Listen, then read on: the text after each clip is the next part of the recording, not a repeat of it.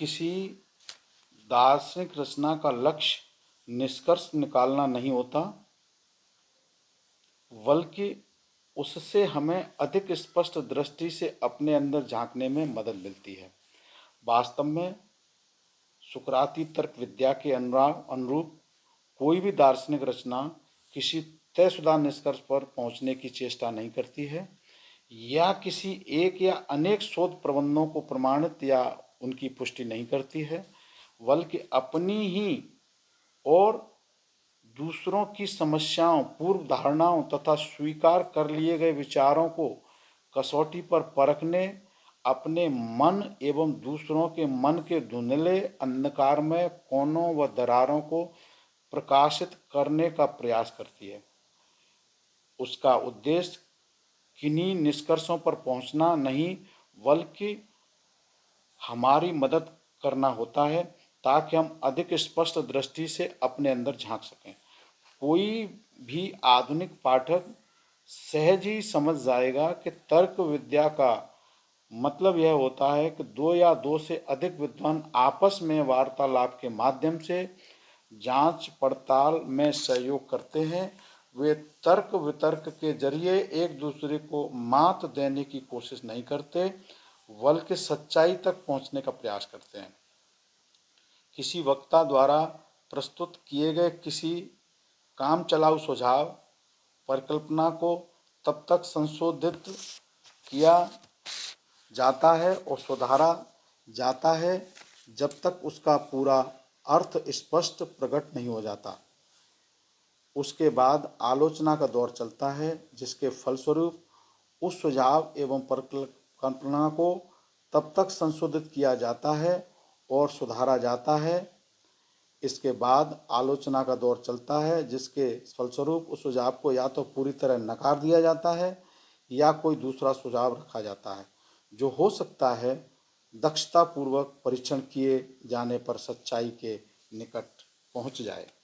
यह तर्कशास्त्र संबंधी व्याख्यान की प्रक्रिया का एक अच्छा उदाहरण है, जो किसी भी प्रकार किए गए सभी प्रमाणिक दार्शनिक व्याख्यानों के संबंध में मूलतः सही बैठता है। लेकिन सच्चाई पर पहुंचना और सच्चाई के निकट पहुंचना जैसे वाक्यांश समस्यापूर्ण अथवा संदिग्ध लगते हैं। कोई वास्तविक सच्चाई नहीं है जिस तक पहुंचना है। उचित दार्शनिक व्याख्यान का उद्देश्य हमारी पूर्व धारणाओं की पूरी जानकारी प्राप्त करना है और उन मूलभूत परिकल्पनाओं एवं सिद्धांतों को अधिक स्पष्ट रूप से समझना है, जो हमारे विचारों व अनुमानों का आधार बनती हैं। उन मूलभूत परिकल्पनाओं एवं सिद्धांतों को मन के बाहर कहीं भी नहीं खोजा जा सकता है और न ही उनका कोई सबूत दिया जा सकता। अतः उनकी सच्चाई को सिद्ध करने या उनकी असत्यता को प्रकट करने के उद्देश्य से बहस या वाद विवाद करना व्यर्थ है। किसी दार्शनिक दृष्टिकोण का निर्धारण करने में आलोचनात्मक प्रश्न यह किया जाना चाहिए, वह दृष्टिकोण हमें किस तरह संसार देने वाला है, उसमें हमारा जीवन कैसा होने वाला है, उस दृष्टिकोण में हमारी समझदारी का स्तर क्या होगा। क्या इसका मतलब यह है कि दार्शनिक चिंतन में कुछ भी सकारात्मक नहीं होता? उसे किसी भी निर्णायक सूत्र में नहीं बांधा जा सकता?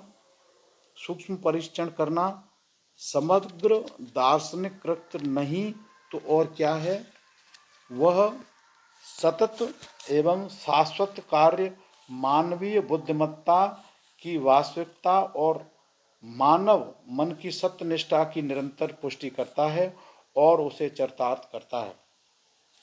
वह हमारी संपूर्ण वास्तविकता एवं हमारे उचित मूल्य का आधार है।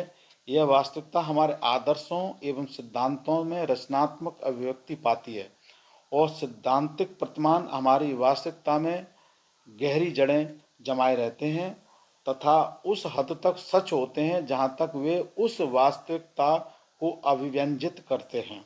लेकिन उनके सूत्र विशेष सदैव अनिवार्य रूप से सापेक्ष एवं प्रासंगिक होते हैं।